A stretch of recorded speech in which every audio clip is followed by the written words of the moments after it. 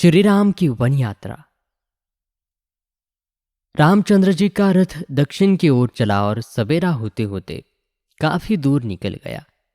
हरे भरे और फले फूले वनों को देखते देखते राम, लक्ष्मण और सीता गोमती नदी के किनारे पहुंचे।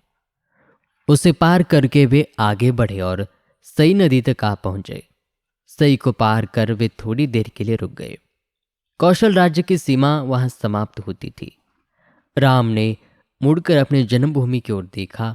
आंखों में आंसू भर वे सुमंत से बोले, तात, न जाने वो दिन कब आएगा जब मैं अपने माता पिता से फिर मिलूंगा और सरयू के पवित्र तट पर घूमूंगा। अयोध्या नगरी की ओर मुंह करके राम हाथ जोड़कर खड़े हो गए और कहने लगे, जननी जन्मभूमि, मेरे अपराध क्षमा करना। 14 वर्ष के बाद ही अब मैं तुम्हारे दर्शन कर सकूंगा। तभी सीमा प्रांत के बहुत से नर नारी वहां इकट्ठे हो गए। वे राजा दशरथ को धिक्कारते थे और कहते थे, ऐसे पापी राजा के राज्य में रहना ठीक नहीं, चलो राम के साथ चले। लोगों की ऐसी प्रीति देखकर राम की आंखें डबडबा आई।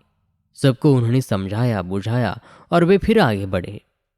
शाम होते होते उनका रथ गंगा के किनारे श्रृंगवेरपुर गांव में जा पहुंचा। इंगुदी वृक्ष के नीचे राम ठहर गए। श्रृंगवेरपुर में निषादों का राजा गृह रहता था। राम के आने की खबर पाकर वो स्वागत के लिए आया। उसके साथ अनेक बंधु बांधव और सेवक भी थे।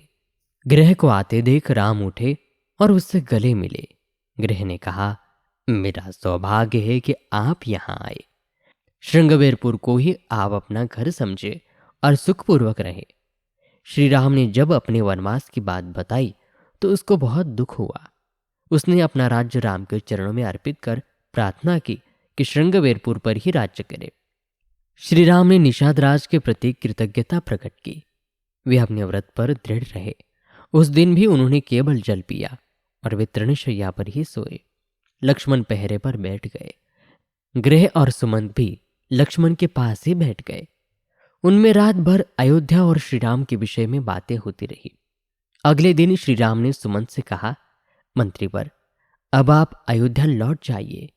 पिताजी और माताजी के चरणों में हमारा प्रणाम कहिए और उन्हें बता दीजिए कि 14 वर्ष बाद हम अवश्य लौट आएंगे। भरत से कह दीजिए कि सब माताओं से एक सा व्यवहार करे और राजा को प्रसन्न रखे। इस प्रकार सुमंत को राम ने समझा बुझाकर विदा किया। तब राम ने बरगद का दूध मांगकर जटाएं बनाई। गृह से विदा लेकर वे सीता और लक्ष्मण के साथ नाव में बैठे और गंगा पार कर बस्त देश में जा पहुंचे। आगे आगे लक्ष्मण, बीच में सीता और सबसे पीछे राम। इस क्रम से वे दुर्गम मार्गों पर चलते हुए आगे बढ़े। शाम को फिर एक पेड़ के नीचे ठहर गए। सब लोगों ने कंदमूल खाए। तब राम ने लक्ष्मण से कहा, राज्य की मुझे अब कोई चिंता नहीं है। मुझे माता की चिंता है। उनको मुझसे दुख ही मिला। मैं कोई और सेवा न कर सका। लक्ष्मण, तुम सवेरा होते ही अयोध्या लौट जाओ और माता कौशल्या और माता सुमित्रा की देखभाल करो। लक्ष्मण ने बड़ी देर तक राम को समझा बुझाकर ढाढ़स बंधाया। सीता और राम के सो जाने पर लक्ष्मण पहरे पर बैठ गए। अगले दिन वे फिर चले और गंगा यमुना के संगम पर महर्षि भरद्वाज के आश्रम में पहुंचे। भरद्वाज ने उनको आदरपूर्वक ठहराया। अगले दिन भरद्वाज से विदा लेकर राम, लक्ष्मण और सीता आगे बढ़े। यमुना नदी पार कर 2 दिन की यात्रा के बाद वे चित्रकूट जा पहुंचे। चित्रकूट के हरे भरे पर्वत राम को बड़े अच्छे लगे। उन्होंने लक्ष्मण से कहा, अब हम यहीं कुछ दिनों तक निवास करेंगे। लक्ष्मण ने मंदाकिनी नदी के किनारे एक सुंदर पर्णकुटी बना दी। राम, लक्ष्मण और सीता जी वहां रहने लगे।